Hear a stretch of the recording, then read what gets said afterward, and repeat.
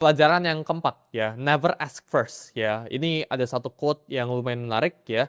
Ini mungkin terdengar itu arogan, tapi menurut gue ini lumayan nyata ke kehidupan gue ya. Yaitu I don't chase, I attract. Ini menurut gue sesuatu yang kalian itu harus lakukan juga ya. Di hidup gue sekarang ya, gue itu hampir tidak pernah samperin orang ya, kecuali gue bener-bener butuh sama orang itu. Contoh kita ngomong ya, beberapa orang ya yang punya duitnya di sebelahnya T, ya gue bukan bilang mereka itu di bawah gue dan sebagainya. Tapi banyak kan, ya 99% of the time, ya itu mereka yang reach out ke gue dulu. Ya buat either ngajakin podcast atau ngajakin makan gitu ya.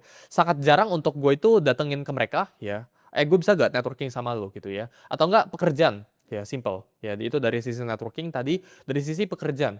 Pekerjaan itu gue nggak pernah tanya ke orang, ada pekerjaan atau enggak. Ya, yang gue lakukan itu pekerjaan itu yang datang ke gue. Dan ini kondisi yang kalian itu harus bikin dalam hidup kalian.